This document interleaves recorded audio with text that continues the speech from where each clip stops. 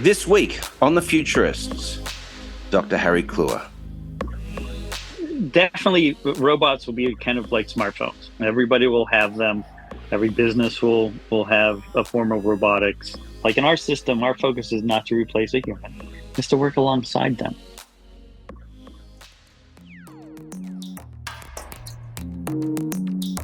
Welcome back to The Futurists. I am your host, Brett King, and with me in the hosting chair today is Rob Tercek.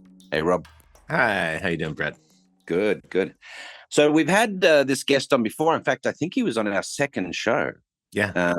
Which is now we've been running the show for a couple of years. It's great to have him back on, particularly given the announcement last week that NVIDIA came out with a real focus on robotics. Obviously, their new AI chip and tech stack that they're focusing on this. They came up with this general purpose infrastructure for robotics. Generalist Robot 00 technology, or GROOT. I think it's a sort of a weird acronym that they came up with. But one of the things that they demonstrated with these Disney robots that came on stage was reinforcement learning set up through their lab. But there's someone that's been working on this area for a number of years and has gone a little bit of a different direction. So it's great to get. It will be great to get his insights. But, I think let's start with a baseline here. Not many people are aware of the rapid growth in robotics technology. And some of the estimates are that by 2035, we're going to have as many as 10 billion robots on the planet. Now, this includes everything from vacuum cleaners, industrial robots, drones that deliver pizza, self-driving cars that you sit in that are obviously large-scale robots, etc. But that would mean that there would be more robots on the planet than humans. So we are going to be living with robots for a long time from this point forward. So I think it's a really important conversation to have. So without further ado, let's bring in Dr. Harry Kloor, the founder and CEO of Beyond Imagination, the creator of the Beomni robot platform, and of course, a sci-fi nerd like us, and a good friend. Harry, welcome back to the show. Hey, it's super exciting to be back on The Futurist, especially when your co-executive partner is Ray Kurzweil, the number one futurist in the world. Yes, absolutely. And, the last time I saw Ray speak was actually when he teleoperated a form of a robot on a stage where he had a conversation with Peter Diamandis, and they had a video monitor on wheels, basically, and that was Ray's telepresence at the show. So I know he's a big... that's one of the way he deals with things now. But Ray's been talking about robotics in this space for a long time. How did you guys meet? So we met, I don't know, somewhere around 2000, 2002. Actually, it was 2000. And since 2001, we started to collaborate on the idea of bringing humanoids to the world. And in fact, the company I launched in 2018 with Ray as my co-executive founder, the first patent was filed in 2003. So 15 years before we started work. And that's what happens when you're working on future tech, is you come up with these ideas, but the technology is not there yet. Yeah. So flash forward to 2018 when we launched a AI humanoid robotics company. And, we've been predicting since 2016 that in the next 25 years after we launched our company, there will be about 1 billion humanoids in the market. And now, that's kind of accepted universally by a lot of the folks who are entering or backing this field. Yeah, I mean, I think, Jensen Huang from NVIDIA talked about the living with robots, that your kids will grow up with robots. They'll help you with the homework, these sort of things, companion robots. We know that Japan has been working on companion robots for the elderly there, for elderly care, and so forth. But How do you envisage us living with robots in the future? So definitely, robots will be kind of like smartphones. Everybody will have them. Every business will have a form of robotics. I see first B2B for our humanoid platform, and others out there like Tesla, and then it expanding eventually into the consumer market. In fact, our ultimate goal is you started in healthcare and elder care where it's needed the most, and then you move downwards into hospitality and manufacturing and retail, and then ultimately train it well enough that it's safe enough to have in every home. Yeah. And when we look at the training element of this, you guys have developed quite a different sort of model for this, which is a cooperative model with humans. We see Elon, talking about Optimus and it, needing, to have the sort of Tesla vision model so it can navigate through the world like a human. But you guys have a very, in terms of the training model, you're very tied up with human operators from an avatar perspective initially, because that's how you train the model, isn't it? That you remotely operate your robots? Well, so we use the avatar function, which, by the way, every single person who's demonstrating is now copying our method. So whether it's Sanctuary or Figure or Elon or anybody else, they're mostly just using teleoperation to train it. They're also using video, which we're also using, first-person video. We use a few shot method, so you can do it either in 1 to 50, depending upon how well you want to train it for every environment. And as you know, I created the Avatar X Prize, which is a $10 million prize that actually launched this with next Peter phase. Diamandis, right? Yeah. Yeah, so I've been with Peter since the original X Prize, as well as Singularity University. But that prize was designed to kickstart this entire industry. Before that, it was all hydraulic robots like Boston Dynamic and Toyota and Honda. So I'm actually the father of this generation of humanoid robots. And it greatly excites me that these other companies have come out, because for the first 3 years, as you know, people are like, we're never going to have humanoid robots. And now it's just become generally accepted. Even Morgan Stanley and others are saying, yes, this is the future. And so we've pioneered a lot of the efforts. And for us, since our goal is we start as Apple and we end up somewhere between Apple and Microsoft, we build the hardware, so the humanoid robot. We build the synthetic brain, which is a very different approach than everybody else who's fallen in love with hallucinating LLMs. And then we create what I call an expert mind. And in a simple analogy for your audience, you send your kid to college. As long as he, let's say, has an upper working body, he can go to trade school, he can become a carpenter, or he can become a doctor. And he needs an upper working body for most jobs, a working brain, and then the education you put in his head. By analogy, we have our humanoid robot, so a humanoid upper body. We have an expert mind, which is based on the human mind, so it's multi-lobes. It's also multimodal, but it's multi-lobes using different neural nets. And we train what we call an expert mind, which is completely trackable, accountable. So if it makes an error, we know why and can fix it. And those three elements match. So the expert mind is the college degree, the synthetic brain is your brain, and the body is your body. Now, there has been questions as to why is everybody using legs? Right. And so you and I have talked about that. I mean, we've talked about it offline, obviously. There's obviously some advantages, but there's disadvantages in stability and so forth. But, one of the immediate applications that we've talked about is the Artemis program, returning to the moon and using robots on the lunar surface. And clearly, a robot with treads, wheels would have more mobility on the lunar surface, as an example. In construction areas and so forth, there'd be advantages. So there is different modality. But why did you guys choose to go that route instead of sort of the bipedal with legs approach? Well, I mean, my first answer is because we're the visionaries behind this. We're not business Right. guys who are just monkey see, monkey do. Boston Dynamic used legs because they were military applications. Needed to take a hill. Needed to be able to go through intense obstacle courses. Elon copied them because he's focused on the factory floor, and then everyone after Elon decided to copy Elon.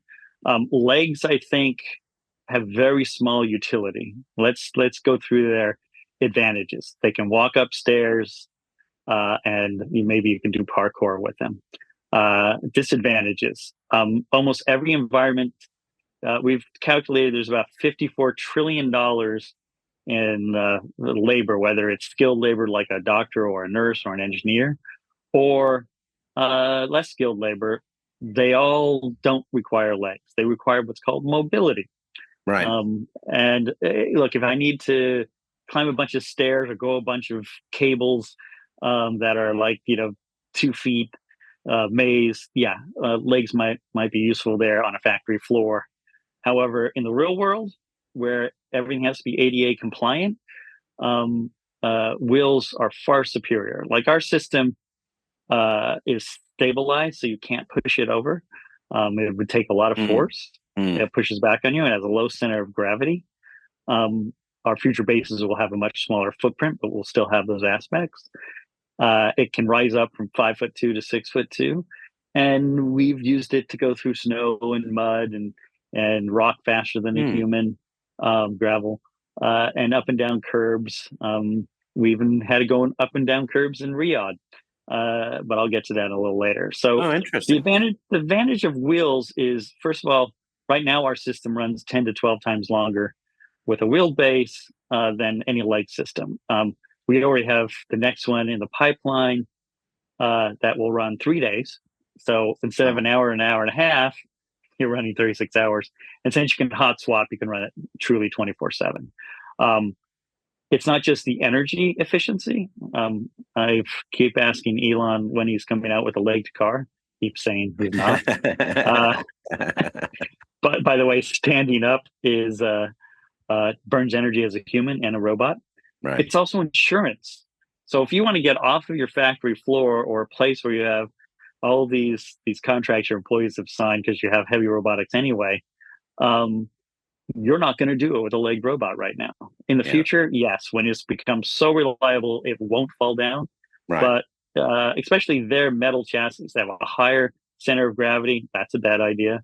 I can't see any insurance company going, yes, put a legged robot in the Marriott or in Walmart or in your home or a hospital. But we already see wheeled robots in those applications, in airports, everywhere, vacuum cleaners and stuff like that. But Harry, we had Mark Thurman on from Boston Dynamics in a couple of episodes ago, and we spoke about this topic, and I asked him about legged robots.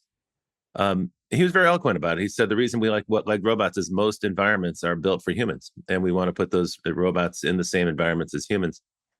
That's a pretty compelling answer. It's a short, snappy answer. And of course, if you look at what they're doing, focusing on factory floors, as you mentioned, it actually is a coherent answer as well, because that's true. That's where they want to put the robots. Are you saying that your goal is to get the robots off the factory floor and into other environments? Do you see that as the big opportunity outside of the factory? Absolutely. I know Mark. We actually had conversations before we launched this. He sat down with us. And he liked the fact that our direction was to go into electronics, AI brains, and get off the factory floor. Look, everybody is going onto the factory floor. I'm excited to go into complex manufacturing, into Walmart, into the home, into the hospital, into elder care. And so there is no competitor in the markets that we're going to. There's wheeled parts that pick up QR code objects. And Mark is a visionary, no doubt about it. The problem is everybody else has just copied him because they think, I literally have heard this from other companies, like some Figures investors, like, well, you have to have a humanoid body to do humanoid work. And I'm like, you have to have a humanoid upper body. So that's a good the reason point. The others are espousing that it's just like, that's what they say. But I think anybody in a wheelchair will disagree with you. It's what they do. No, I hear what you're saying. I think it's quite interesting when you say that the advantage is the battery life, the extended working time. That's a pretty significant advantage. Those robots, it's not just that they're expending energy trying to stand on two legs and move on two legs, but that's also from a computational standpoint, that's a considerable extra cost. Just calculating how to maintain stability, and so you're diverting a lot of power towards legs. Whereas if you're on wheels and it's stable, it's inherently stable, then you don't have to divert that power in that direction. You can focus on other tasks. Yeah, it makes a lot of sense. It does. Harry, let's talk about some of the other design decisions in Beomni. Talk to me about how you designed the face and the personification, to make make the robot fit in our social environment, I guess, right? Completely. So, and one final comment on legs versus wheels: stability, insurability. Try to get in. I dare you try to deploy a legged robot in an open public environment.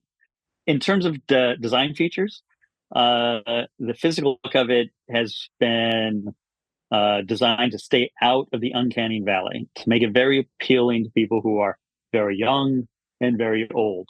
And for that, you don't want a skin job, nor do you want a Terminator-looking robot. So we work with Michael David Ward, and he and I came up with the basic thing, and then his brilliant artistic work on how to design this robot so it's very appealing. And then we work with my buddy Fawn Davis at Funko to actually design the 3D shells from Ward's work. We have tested this in public. We've tested it, for instance, at the Explorers Club for a week with little kids, with a general audience at a $10,000 a seat gala. Everyone loves it and doesn't feel threatened by it. We tested it in 2021 at a medical PACE establishment, which is 65 to 99-year-old patients, and everyone loved it. In fact, they loved the robot so much, the robot got invited to the 99-year-old's birthday party, and we just came along for the ride. And that's important because you want people to accept these, to work around you, to work with humans. Our entire goal is we're not focused. We don't want to replace humans. We want to supplement them. And by the way, many predictions by 2030, there'll be $18 trillion in loss revenue to the world because there are not enough skilled workers. So talking about skilled labor, not somebody who cleans the dishes off your tables. And that means there are a lot of jobs that can be filled by these humanoids and not replacing humans. Interesting. I mean, I one of the things that appealed to me, it's a very friendly looking face of Beomni, but it reminds me also of the design of Pepper, the robot, which you would describe as cute, these adorable huge eyes and so forth. But Beomni just seems quite it's clearly robotic. You're not going for something that looks, but it has humanoid form. But just describing it for listeners, if you haven't checked, just do a search on Beomni, Beomni robot. You incorporate a couple of interesting things. You have, instead of the ears, you have some antenna, and then you have a LED strip at the back. Can you sort of talk through those design decisions? Yes, we have all kinds of LEDs which we can use for expressions, for moods, and they can do any color. We have also designed a holographic face screen, which a lot of other companies are now using face screens because there's applications for that. The goal is always to make it friendly. We didn't want to look like a Pepper, which is much more of a toy. But we did want it to have the appealability. So that's why it doesn't have moving eyeballs. It doesn't have a video screen, to move lips. And by the way, it worked quite well in Star Wars. And our robot is infinitely more articulate than the Star Wars robot. And so we have just, from years of testing, have found it works perfectly. Will there be other designs? Yes, we can design it, the outside part, as we wish. But the key is the humanoid robot part of having hands and wrists and arms that can pick up 10 pounds and hold it straight out, or deadlift 35 pounds, but then at the same time be articulate enough to take a pinch of salt. And for 3 years, we have not been doing things like, I'm going to pick up an apple and push a Keurig button. We have been doing demonstrations of, pick up a drill and put a board in a vise and drill it, open a Coke bottle. Yep. Basically, that's my open challenge to companies out there is Nice. get your robot to pick up a Coke bottle and an opener and decap it. We have been using syringes. We've done micropipetting. We've done, opening Stryker surgical boxes. You name it, we've done it. We've used knives in the kitchen during COVID. So we've been testing it for its usability and its learnability. And now with the synthetic brain and the expert minds, we're ready to go into the next stage. And I will reiterate, because our approach is expert minds and synthetic brain, we're excited that other companies are out there, because I want there to be 100 million robots out there that I can license my AI brains to with my expert minds. But we'll still have our own hardware. So as I say, Microsoft meets Apple.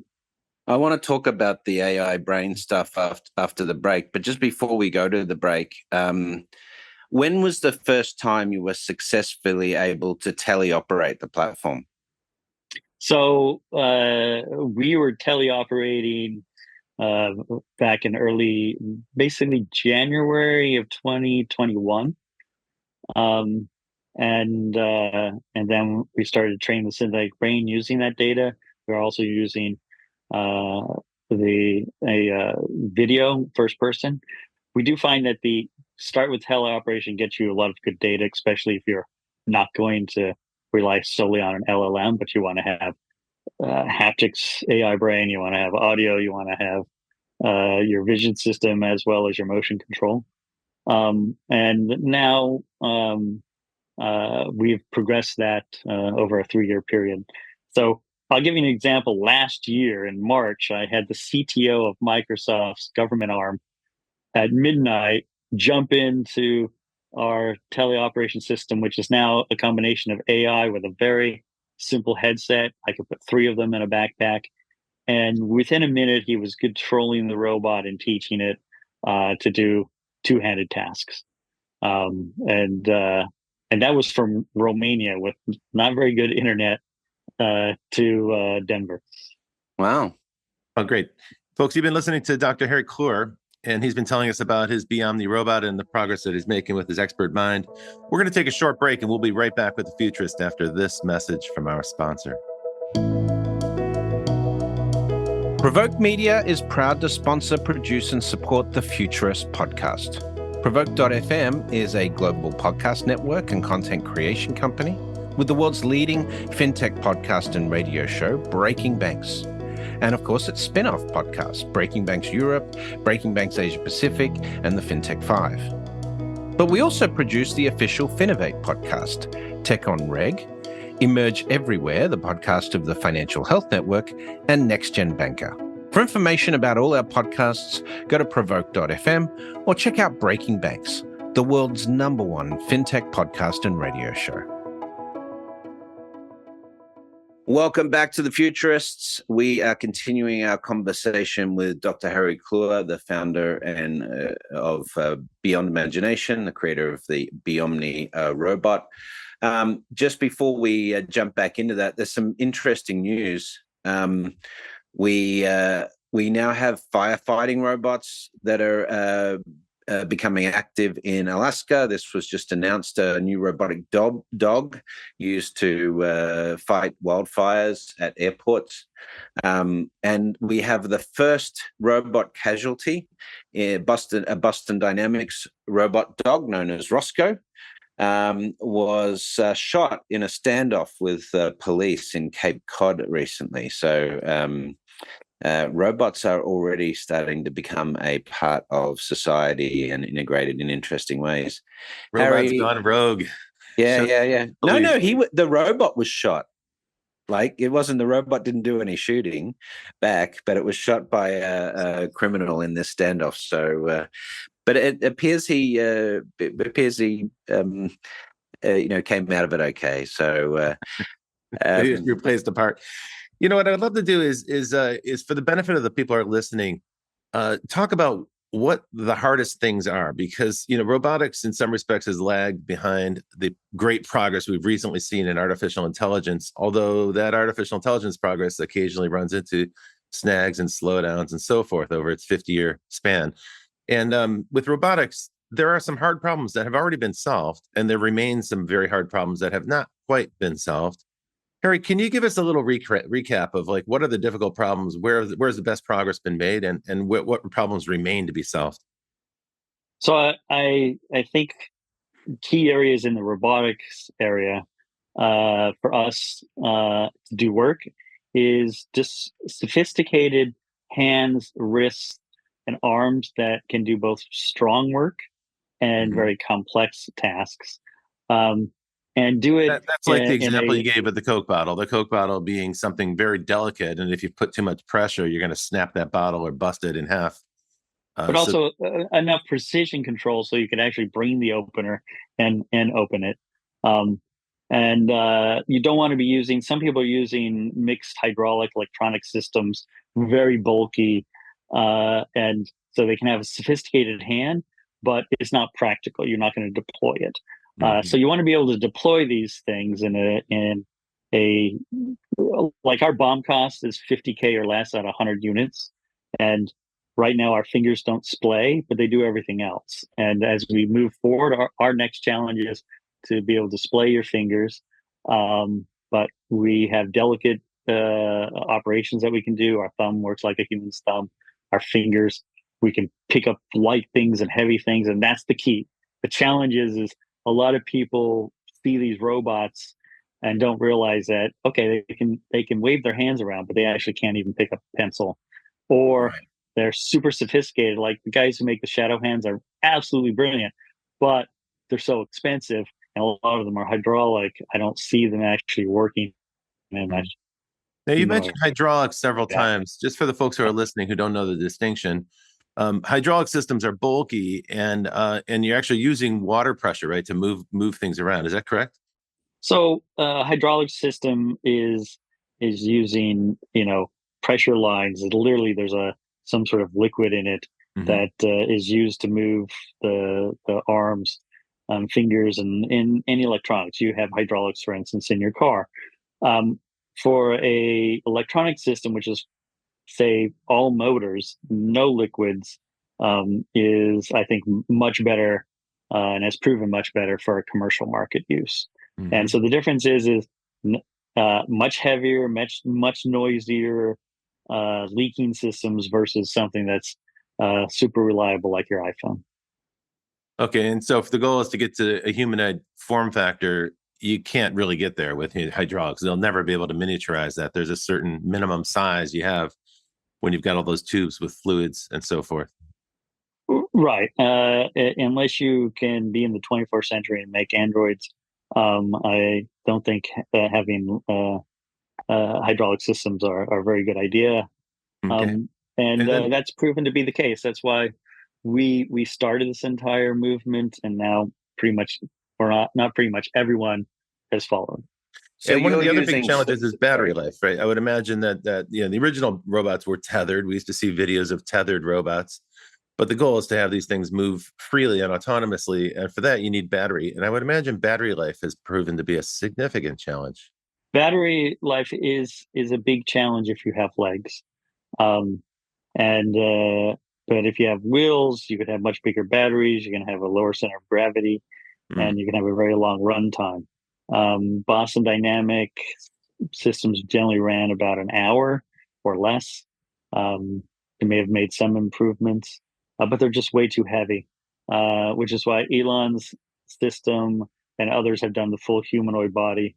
They're still only running an hour, maybe two at most, versus, say, us, which is 12 hours and now going to be in the next generation 36. did you have to sort of wait on development of servo motors or something like that to be able to shift from hydraulics to, I guess, electronically operated joints and so forth?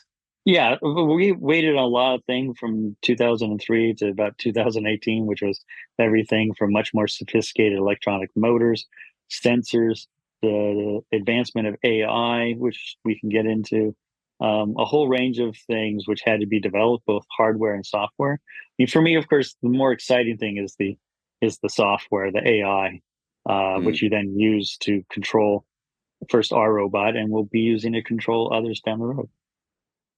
Well, let's talk about the software then. So, folks like Ray Kurzweil often talk about AI and software interchangeably, as if there's just a continuum in their perspective from the machine intelligence to the machine that is humanoid, or the machine that can operate and do functions like a human.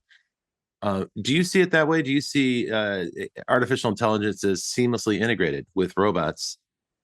And then tell us a little bit Well, about the status of that in the robotics field. right. So obviously, all software is not AI, but all AI, of course, involves software. Right. The difference, of course, is the true AI has some level of machine learning, and it doesn't necessarily have to have a neural net, but those work, I think, way better for most applications. There are ones that don't require it. Um, in the simplest terms, uh, for us, we use a combination actually of a software, a physics engine, and various AI lobes. Your human brain has lobes. It's not just one homogeneous neural net. And it actually has, like, your vision system is very different than your motion control in terms of what neural net you have. We have done the same thing. There is this great fascination with LLMs, and I enjoy using them, both the open sourced ones and the closed ones. And they have utility. I just don't think right now LLMs have very good utility for a humanoid robot for a lot of reasons. Yeah, So, there's so you've got reliability and predictability issues that have been well documented. We just spoke to Roman Polanski, who's an AI exactly. researcher, and he went on at length in a fairly pessimistic view about the ability to fix any of those problems with an LLM. I have to agree with him. The black box LLMs actually, I think, are becoming less reliable. They're a great tool, don't get me wrong, but it's a great tool when you have a human who can then find all the errors and then guide it and correct it. A humanoid autonomous robot's not going to have that. And a lot of the other, in fact, all of the others, except for Elon, are really focusing on OpenAI LLM to control the robots. Maybe you could do that on a factory floor, so when it goes rogue, it's in a contained environment. But for me, who wants to go out to the public, who wants to be in around humans, an LLM isn't safe. It isn't trackable. It doesn't have an accountability. So when it makes an error, so how are you going to fix it? You're not. Whereas our approach, which is not to be controlling the motion control with an LLM. I plug in LLM lobes for conversation, and so you can interact with it, and they can communicate with the other elements in your system. But it isn't making the decision. The thing that's making the decision on what path to take are AI that we've been developing and other lobes, which all interact together, which are all traceable, and actually have multiple different ways of determining its actions. So, for instance, as a human, if you were to reach for a cup, but when you touched it, your hand went through it, so visually it doesn't work, but your fingers say you touched it, there's something wrong. You have backup and checks. Okay, an LLM, it's just going to go through the process. Our approach is to try to mirror the human structure, which is how AI and all these neural nets began in the first place. And part of our work is using far fewer and a different approach on the neurons, so that you can do it with 20 what other people take 50,000 to do. Harry, we've been talking about robots as if the future vision for robots is that they stand alone, that they're separate autonomous systems. But I think there's an equal opportunity to kind of merge human capabilities with robots, if you will, kind of like a hybrid or cyborg kind of approach.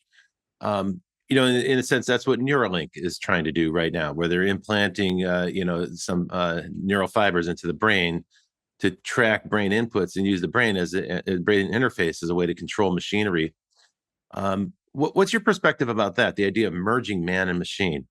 Well, I mean, that's inevitable. Of course, Ray is the creator of the singularity concept, which is really the merging of AI and humans.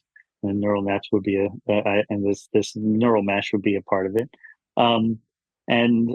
So I see that happening. Look, you already have merged man and machine.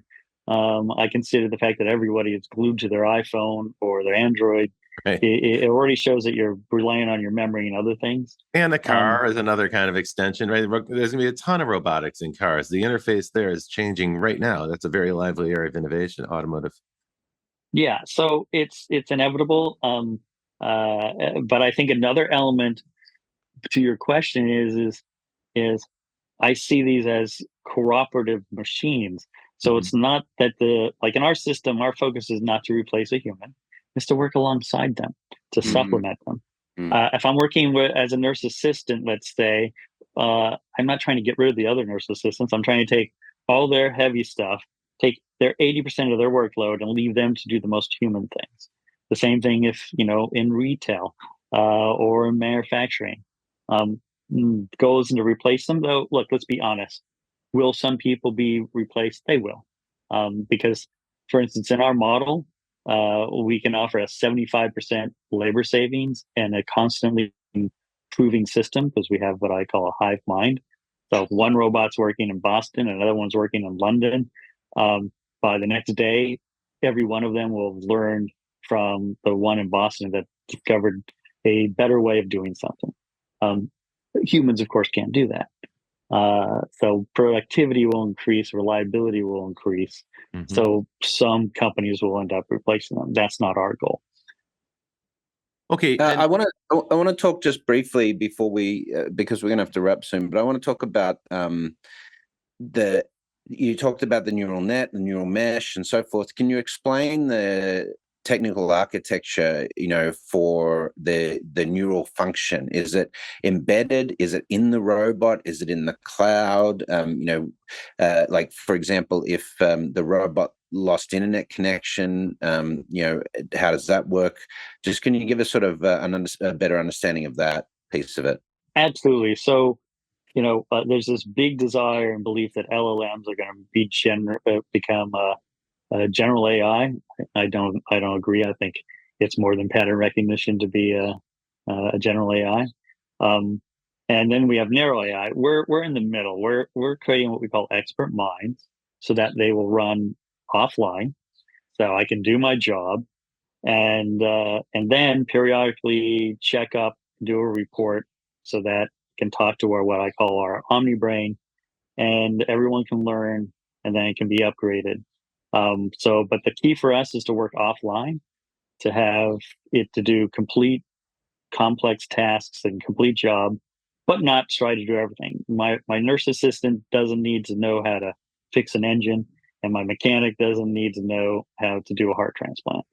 And so by focusing there and being very specific, and our approach of using different lobes means that we'll have an audit trail. We can fix it. It's much more reliable. It'll be safe around humans. And best of all, if your internet goes out, like we've had some issues even on this Zoom call, your robot doesn't stop functioning. It just keeps going.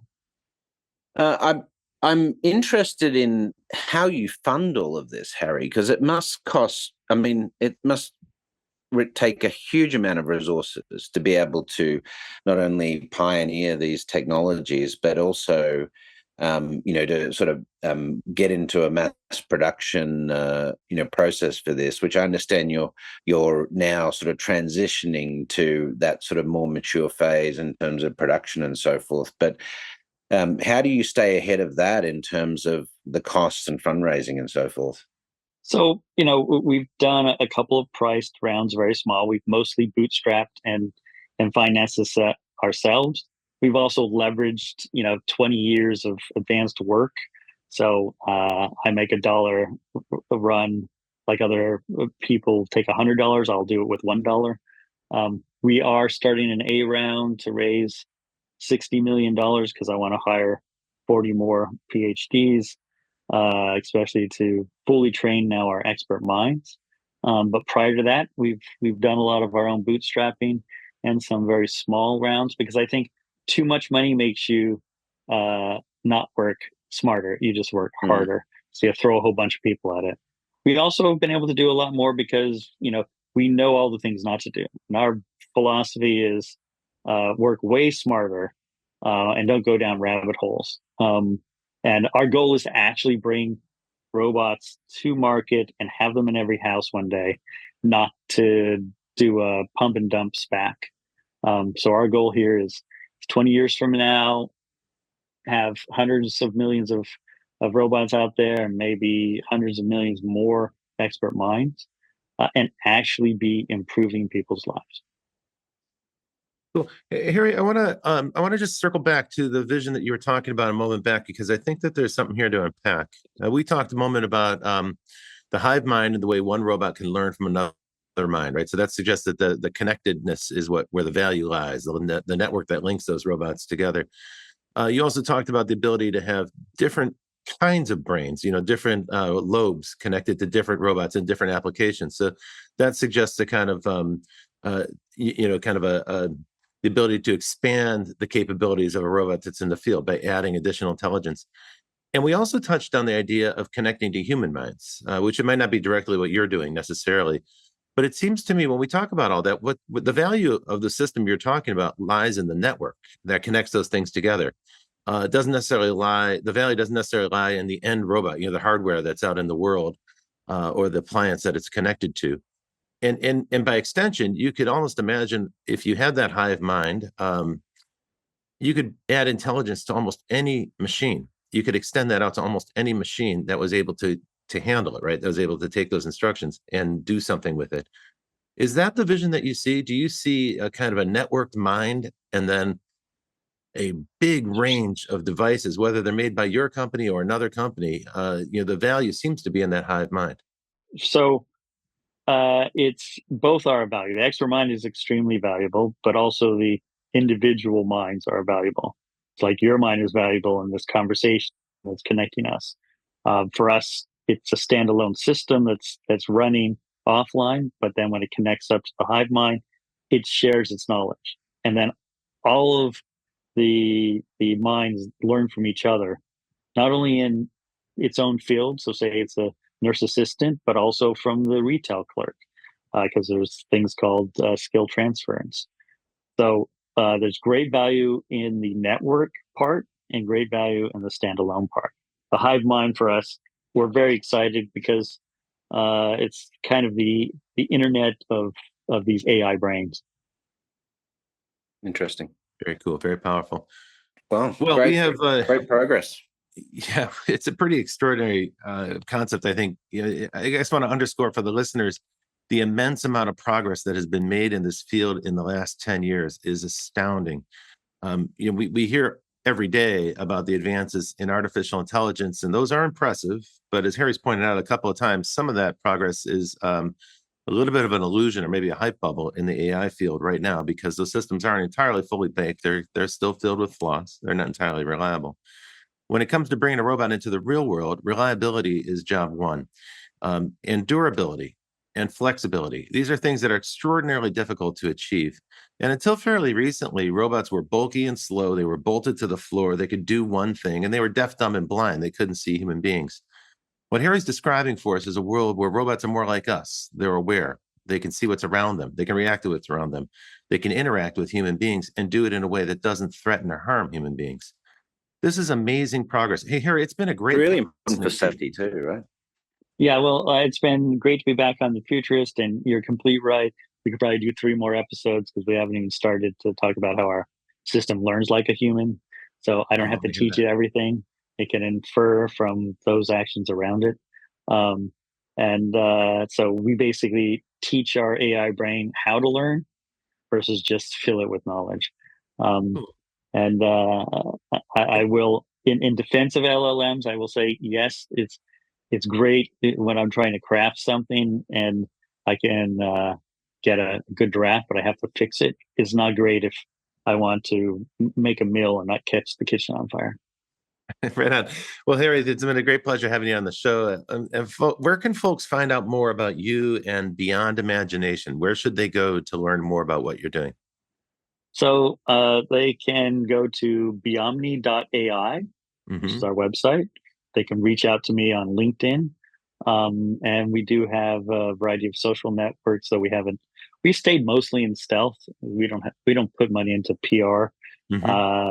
We prefer to just work on what we're working on, and show up on shows like yours where people are actually looking for this sort of knowledge. Very cool. Well, we'd be happy to have you back on the show. It's been a great pleasure having you. So thank you for that, Harry Kloor. And I'm going to wrap the show up by thanking our producer, Kevin Hirschhorn, and Lisbeth Severance. They make us sound great, so thank you for that. They help us prepare the show and make it available to you, the audience. And I want to thank the folks at Provoke Media who make the show possible. And we always like to thank our audience as well for listening, particularly those folks on social media who offer suggestions, questions, comments, and so forth. We'd love to hear from you. And we will be back next week with another futurist who will be telling us about how they're shaping, influencing, and creating the future of their own vision through their business and through their actions. So that's it for this week. We will see you again next week. We'll see you again in the future.